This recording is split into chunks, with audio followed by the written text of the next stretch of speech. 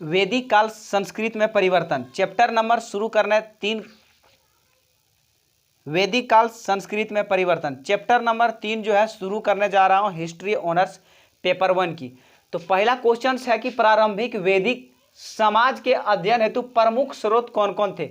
यानी कि यहाँ आप देख सकते हैं कि क्वेश्चंस का जो मूल मुद्दा है वो क्या है कि वैदिक, यानी कि वैदिक पर ही चर्चा करना है। तो वेद का हम पढ़े थे कि वेद कितने प्रकार का होता है, उसी पर चर्चा डिटेल में करने वाले हैं। नमस्कार दोस्तों, मैं बबलू, स्वागत है आपके हमारे इस YouTube चैनल माना टेलीकॉम पर। अगर दोस्तों आप हिस्ट्री ऑनर्स के स्टूडेंट हैं अगर दोस्तों आप हिस्ट्री ऑनर्स के स्टूडेंट हैं तो ये वीडियो आपके लिए खास हो सकती है। क्वेश्चंस पिकअप यहाँ की है तो आप पूरी तरह से देख सकते हैं कि प्रारंभिक वैदिक समाज के अध्ययन हेतु मुख्य 2 स्रोत थे। एक स्रोत पहला स्रोत था साहित्य और दूसरा स्रोत पुरातात्विक स्रोत। तो इस पर पूरी वीडियो बना चुके हैं कि पुरातात्विक स्रोत क्या है। तो साहित्य के बारे में आज चर्चा करते हैं। सबसे पहले जो इसमें आता है दोस्तों, इसका है कि तरंग वेद। वेद 4 प्रकार के होते हैं, आप जान ही चुके हैं कि वेद 4 प्रकार के होते हैं, तरंग वेद, समावेद, अथर्थ वेद और अजुर्वेद। तो सबसे पहले वेद का क्या काम होता है वो जान लेते हैं। तरंग वेद, ये जो आप देख सकते हैं कि तरंग वेद का क्या काम है। सबसे पहले आप यहां देख सकते हैं कि तरंग जो वेद था आर्यों के प्राचीनतम ग्रंथ है जो 10 मंडल में विभाजित है। तरंग वेद में पूरी तरह 10 मंडल विभाजित है। इनमें से प्रथम और अंतिम को छोड़कर सभी रचिता विभिन्न ऋषियों थे। कुल इसमें ऋषियों का विश्वामित्र और वशिष्ठ नाम के उल्लेखनीय है। तरंग वेद के मंत्र में कुल 10,000, यहां से आप देख सकते हैं कि तरंग वेद में कुल 10,580 मंत्र रचनाएं हैं जो भारत में वैदिक आर्यों के सभ्यताओं के लिए तरंग वेद में प्रमाणित है। तरंग वेद में 10,000, ये आपको बहुत महत्वपूर्ण है कि तरंग वेद में आपको 10,580 रचना है। अगला जानते हैं कि दोस्तों सामवेद। अब इसमें सामवेद का अर्थ समझ लेते हैं कि सामवेद के अंतर्गत क्या क्या आते हैं।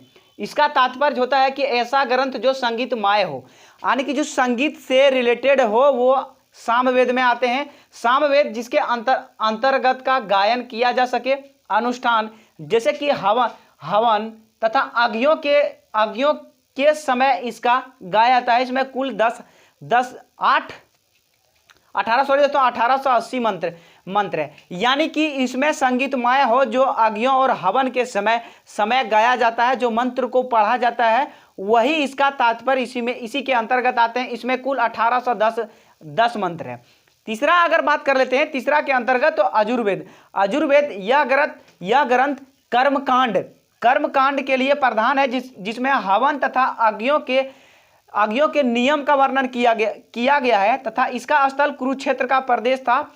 इसमें आर्यों के रहन सहन, रीति रिवाज, खान पान का वर्णन किया गया है। यानी कि अजुर्वेद में है जो आर्यों समाज के लोग थे उसका रहन सहन का वर्णन किया गया है तथा हवन और अग्नियों के नियमों का जो पालन होता है इसी में अजुर्वेद में वर्णन किया गया है।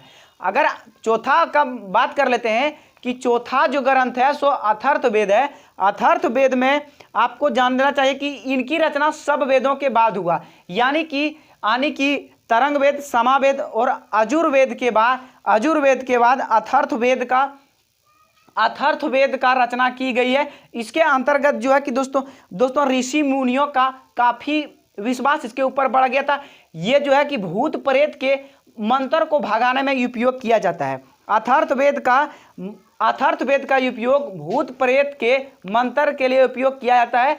पहले देवी देवताओं पर लोगों का विश्वास उठ गया था और अब भूत प्रेत की जो भावना पर चल गई है उसी का मंत्र इसमें उपयोग किया जाता है।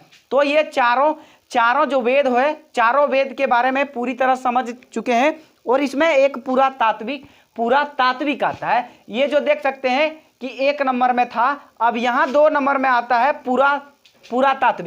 पुरातात्विक जो है सिंधु और घग्गर नगर के किनारे पंजाब और उत्तर प्रदेश में राजस्थान के उत्खनन द्वारा इस क्षेत्र में पाया गया। इसका जो है 1700 से 1700 से 600 ईस्वी के बीच इसका उत्खनन के समय में पाया गया था। तो इस क्वेश्चंस का यही मुद्दा था कि प्रारंभिक वैदिक समाज के अध्ययन हेतु प्रमुख स्रोत के बारे में लिखें।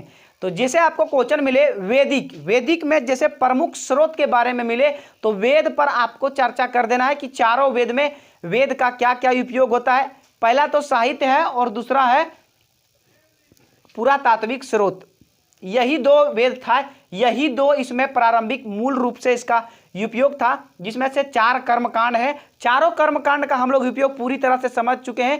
उम्मीद करता हूं कि अगर ये क्वेश्चंस आपको बहुत अच्छे लगे तो एक लाइक कर दीजिए और चैनल को सब्सक्राइब कर लें ताकि कोई नोटिफिकेशन आए सबसे पहले आप तक पहुंच सके।